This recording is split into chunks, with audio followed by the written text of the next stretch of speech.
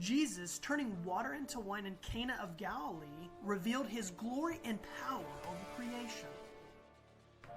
It symbolized the replacement of the old order with the new wine of salvation and the risen Lamb as the new temple, changing our perspective of God's glory. Jesus' healing an official son without going to see him demonstrated God's omnipresence and his willingness to reach out to despised people. It challenges us to consider if we are reaching out to those despised by the world, offering them the good news without fear of others' opinions.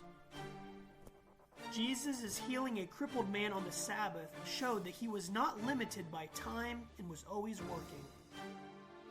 It exposed the dangers of legalism and highlighted the religious leaders' misguided priorities.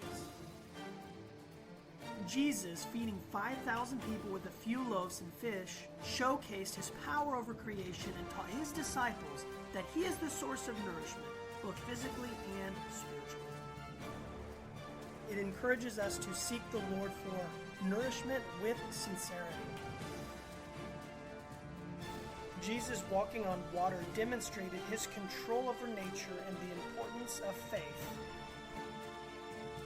He affirmed his divinity to his disciples, prompting their worship and recognition of him as the Son of God. Jesus healing a man born blind emphasized his role as the light of the world, bringing both physical and spiritual light. It challenged listeners to examine whether they have received the light of life or are still walking in darkness.